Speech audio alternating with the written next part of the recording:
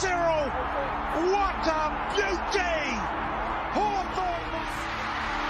I don't believe it! I see it, but I don't believe it! Claus with a capital C! How did he do it? Clearbury, you star! Oh my goodness! Is this one to remember?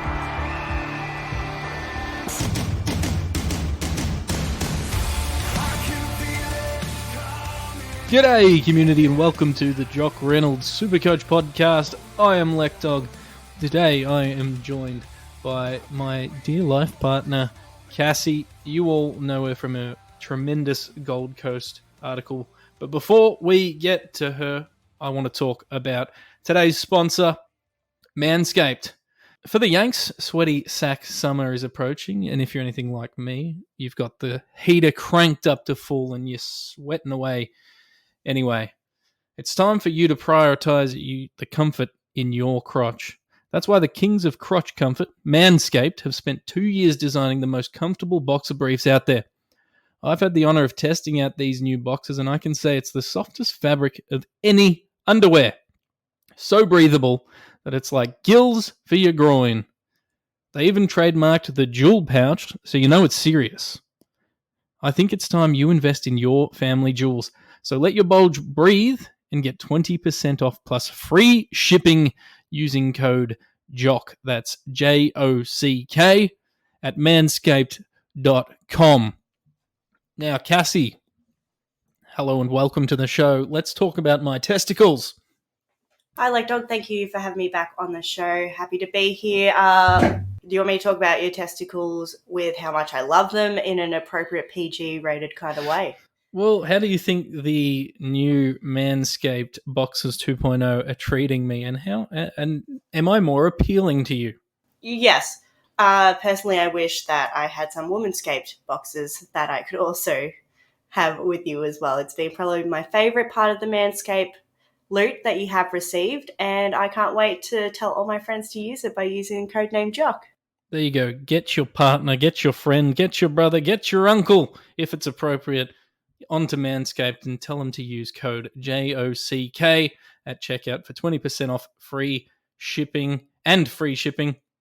That's right, get 20% off plus free shipping with the code JOCK, JOCK at manscaped.com. Once the Boxers 2.0 touch your sack, you'll never go back. Cassie. Yes. Welcome to the podcast. For those who might not know you, please educate them on your prowess and your interest in the game. So I am mediocre at Supercoach, mediocre at footy tipping, but I have a huge heart when it comes to following my second team, Gold Coast Suns, and especially this year with my third team, Freo Dockers. I was so close to saying Dokers. My Supercoach knowledge, it goes very far as whether I like them as people. The numbers don't really matter in a world where you've got to just be a good bloke if you want to be on my team, which is took your breath away, as in Took Miller. Yes, no, I understood that as a Gold Coast number one fan and should be number one ticket holder. Yeah. Where can people find you and what do you do outside of super coaching? I sometimes do a podcast called Drinks and a Show where I discuss musicals. Just spoilers, just my excuse to bring my friends on and talk about shows I really like. You can follow on Insta or Twitter, Drink Show Pod. And you can also follow at Carla.Torty on Instagram as well if you want some very good pussy content. Gee whiz.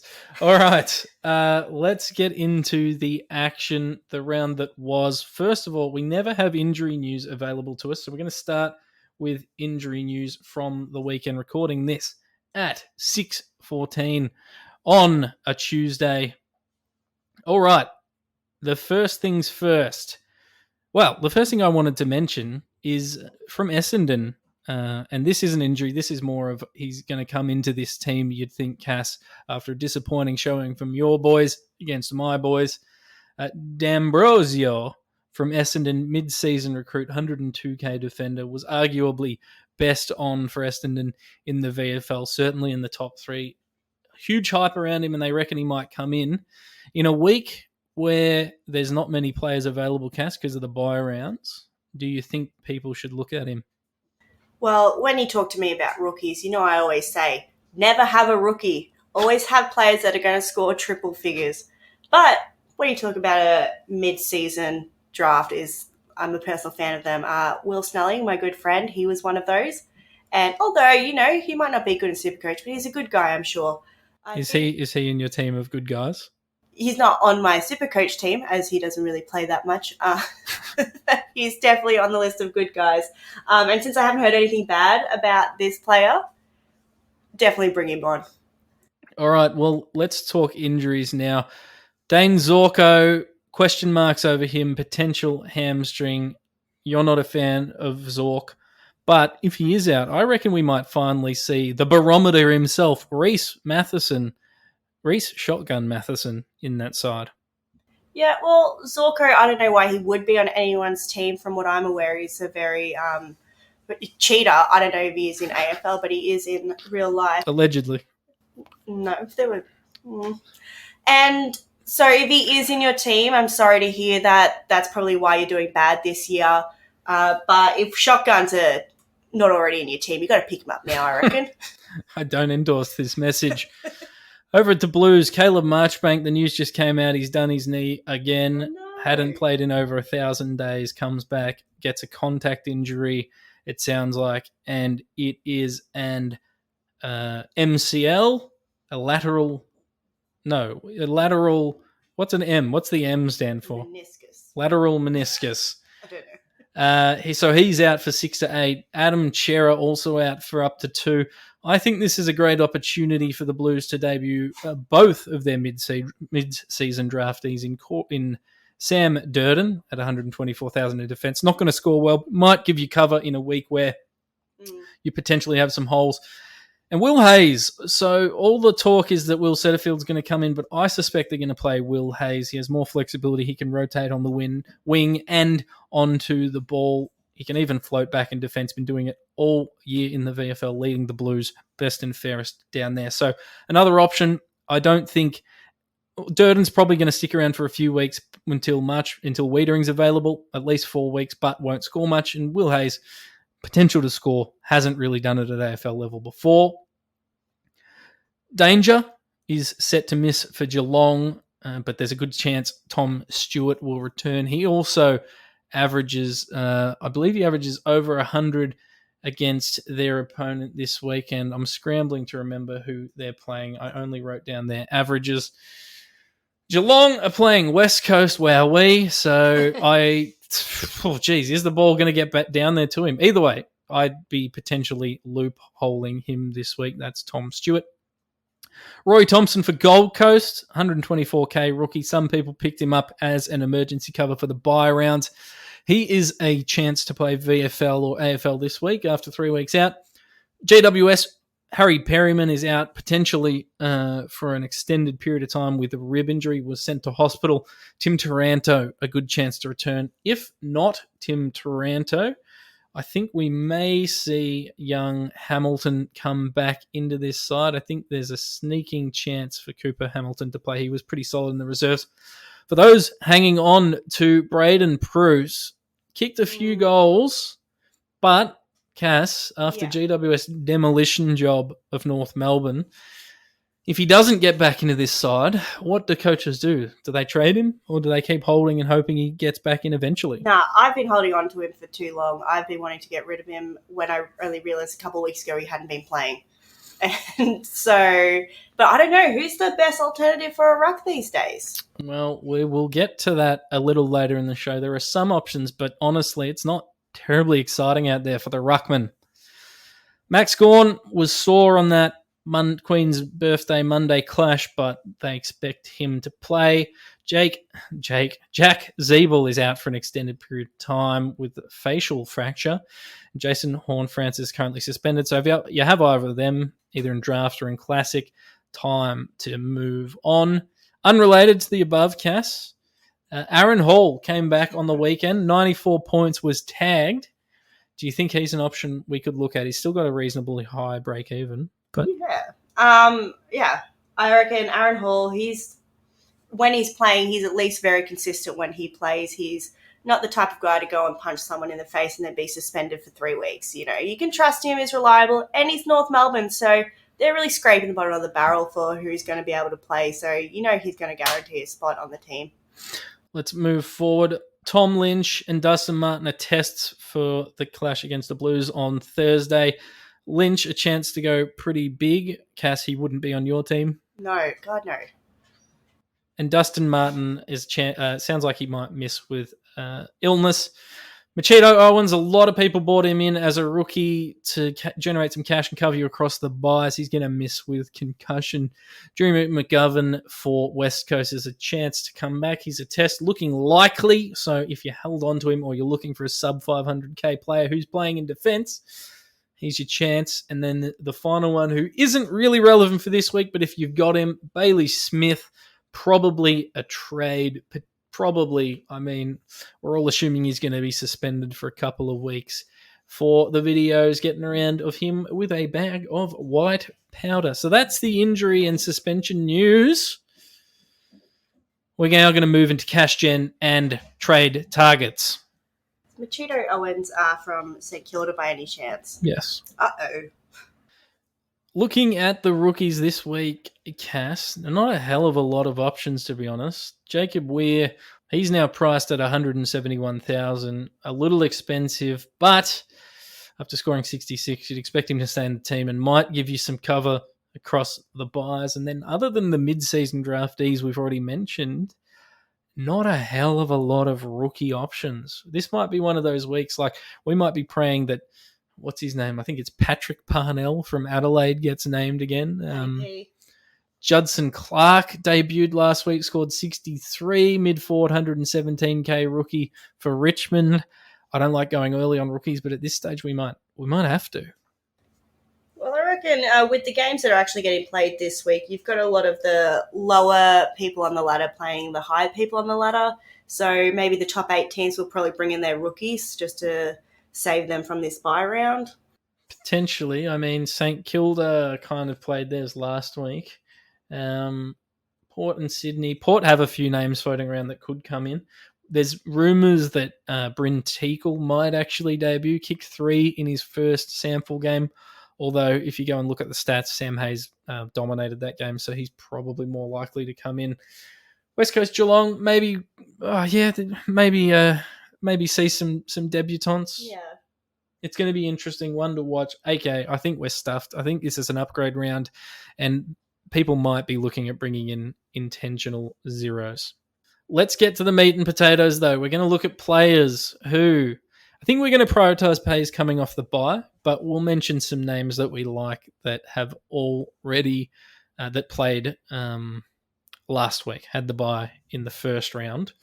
The first two names we're going to talk about, Cass. Stephen Ginigliog, $498,000 now. Mid-forward's got 174 on the weekend.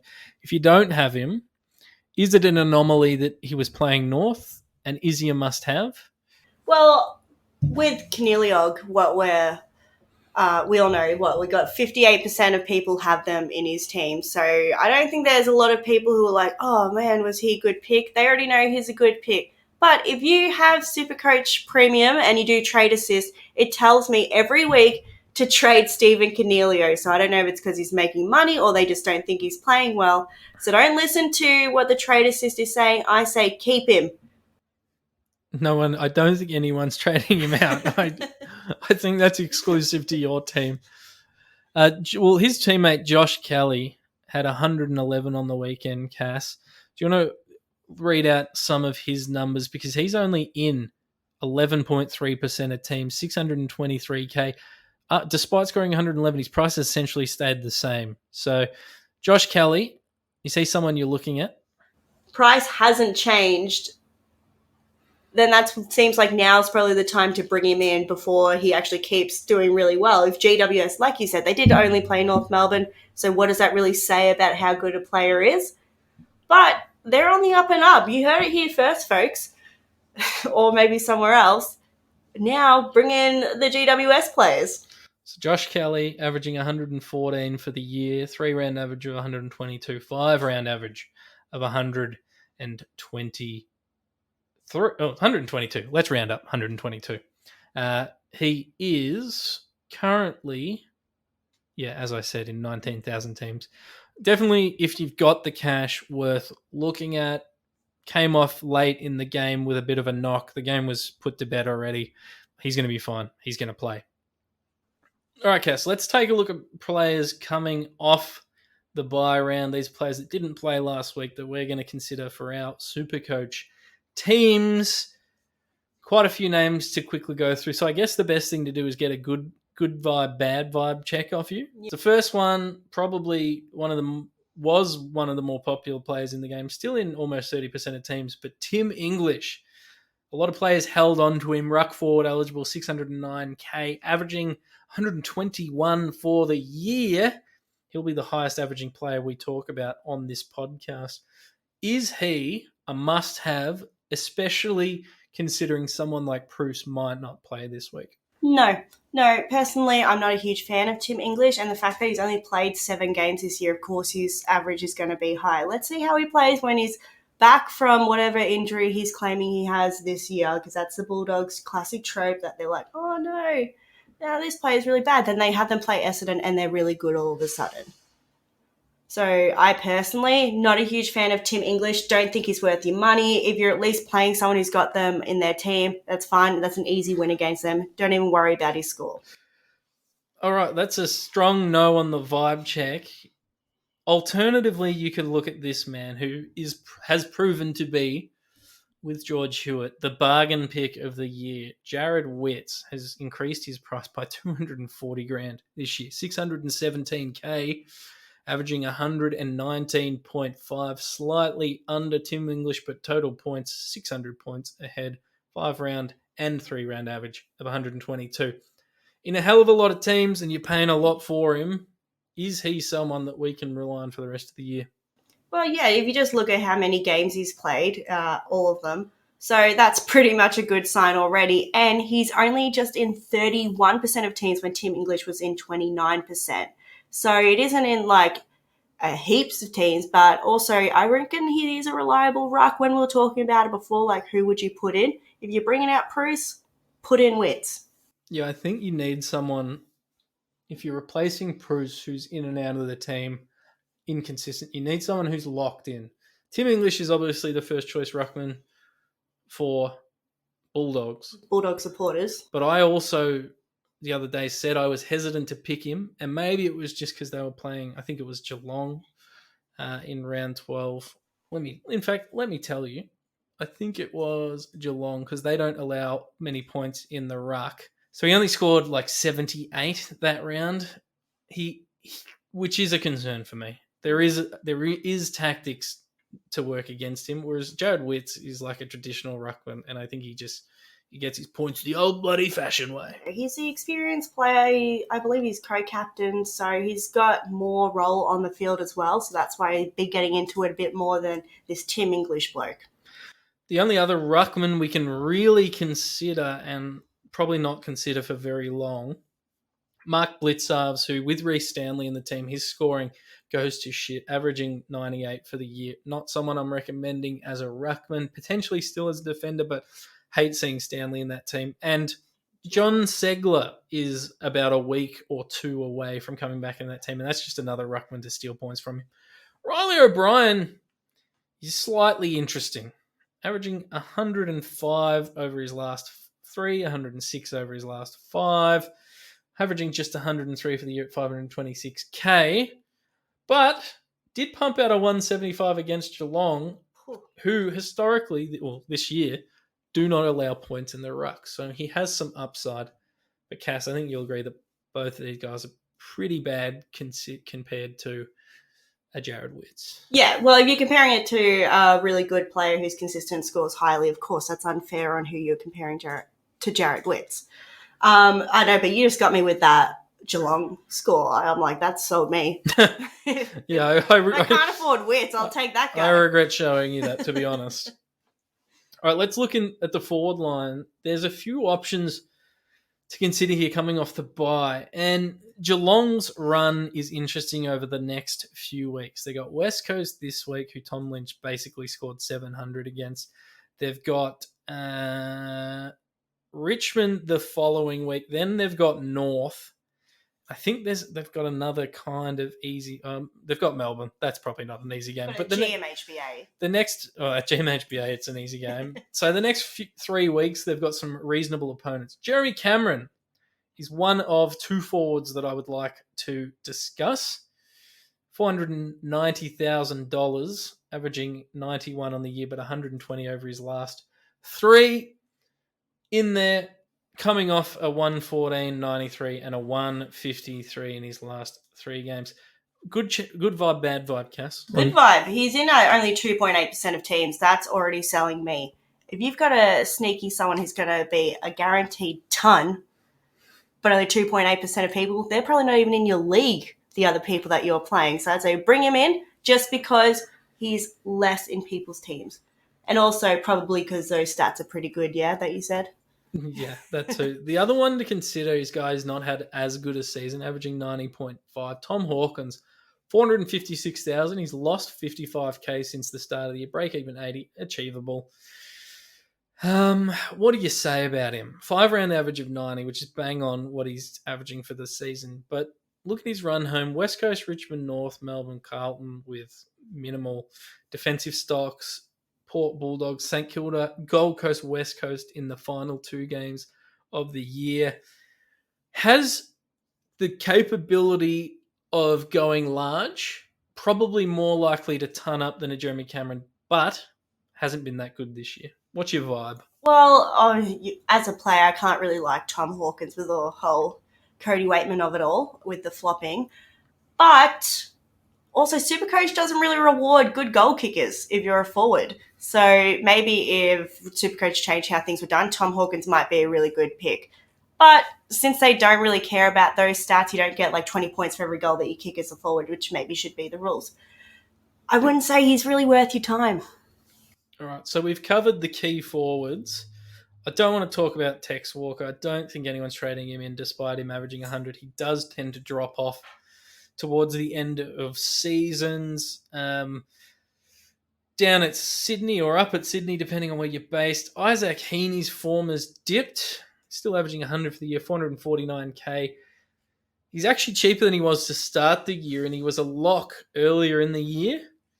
But recent scores since his last ton, which was round 7, 75, 92, 94, 53, and 96. They're not awful scores. They're just not super awe-inspiring. Good vibe, bad vibe.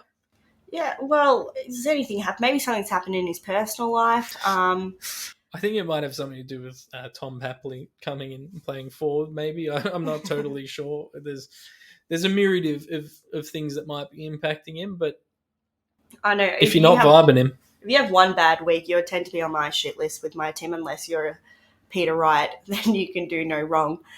But I don't know, he's been dropping off because he's normally a nice, consistent player that you can have in your team. You're like, oh, well, at least Heaney still got to play in the last game. That'll give me some good scoring at the end. But I'd hate to say it, with whatever's going on down in Sydney land, it might be affecting him too much. Maybe he'll be looking somewhere else to go.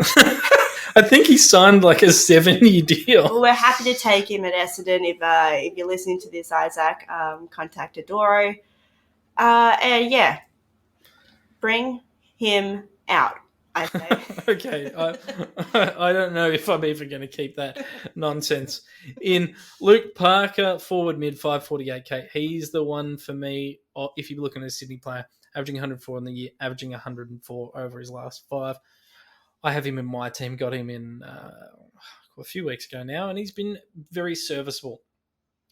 The questions are going to be for everyone, which Bulldog do you bring in this week, and how many is too many? So rank these, Cass: Josh Dunkley, Marcus Bontempelli, Tom Liberatore, and Adam Treloar.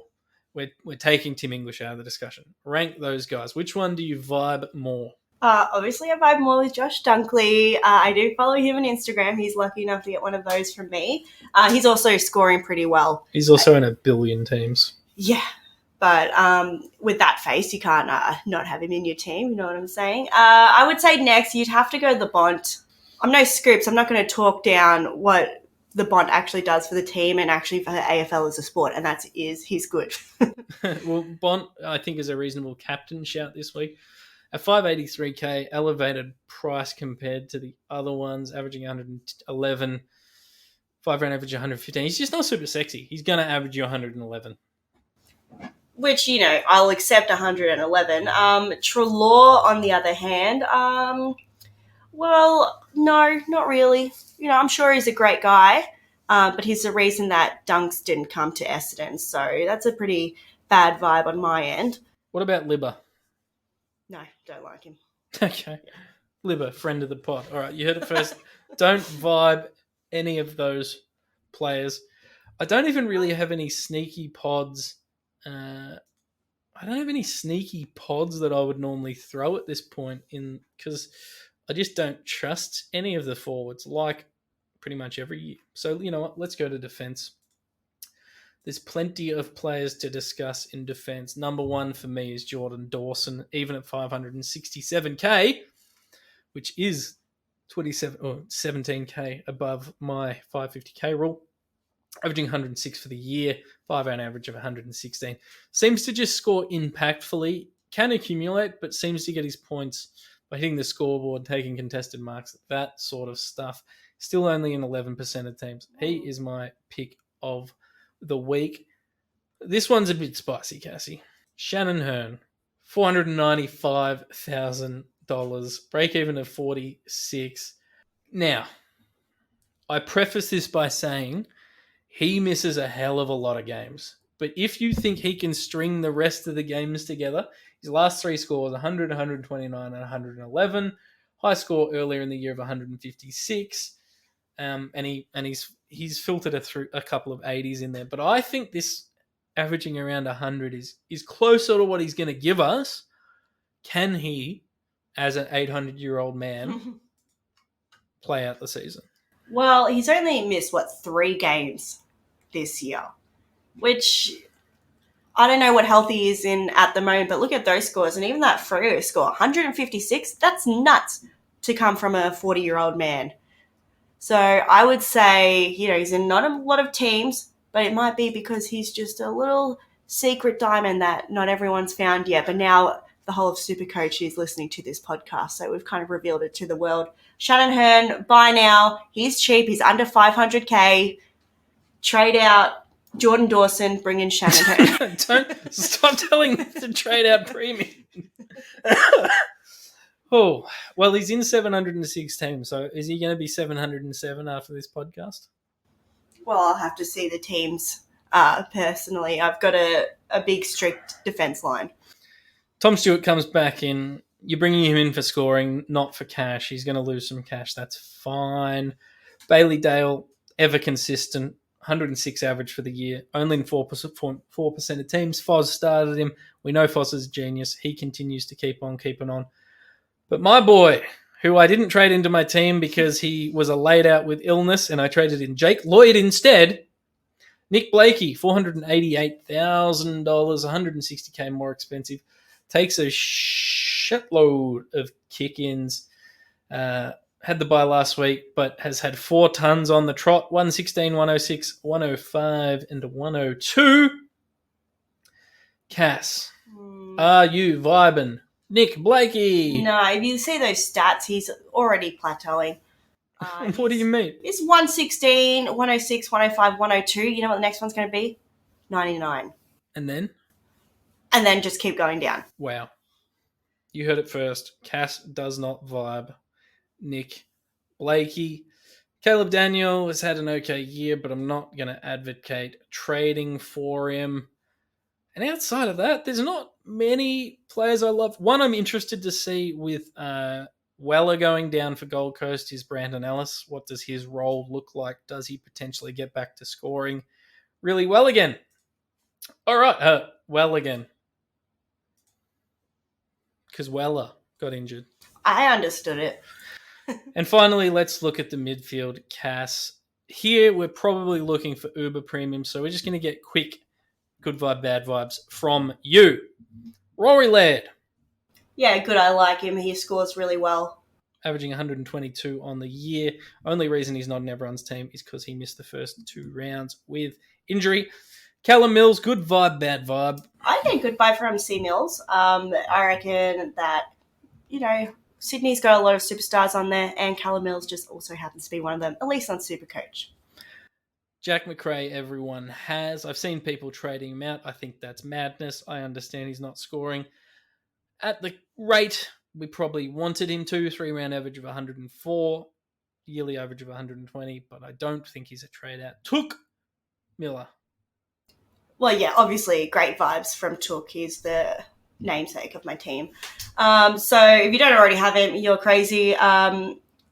Break even 57. He's gonna go supernova. He's gonna go above 600k. This is the cheapest. Buy now, everyone. He's $5.75. Ben Keys, Cassie, you won't know anything about Ben Keys, but he's been solid this year though. Has dipped slightly as the year has worn on. If you say so. With a name that's spelt like that, I don't get good vibes. That's not how you spell Keys. Other than that, players coming off the bye, like normally I've got some real spicy hot takes, but I don't have anyone jumping off the page at me. Tim Kelly, you've just pointed out, which has almost made me fall off my chair. I love Tim Kelly. Okay, 495,000. Good vibes from you. Break even 54. Plays for West Coast. Last 4 scores, 114, 80, 139, 93. Not exactly consistent. No, but sometimes if someone's just a good bloke, you really just want to bring them into your team. Up the ante. Not many people know who Tim Kelly is. I believe he's only in 0.8% of teams. Probably just because people don't know who he is, not because of anything to do with scores. Nothing to do with him being bad at Supercoach. Andrew Gaff. I think Patch said he wants Andrew Gaff in his team. No, thank you. Yeah, bad vibes, right? Yeah. I know he scored 130 and 93 over the last 2. I know he's 418k. That's very affordable. Bad vibes. And he's also only played 7 games. He's just as bad as Tim English. Fact.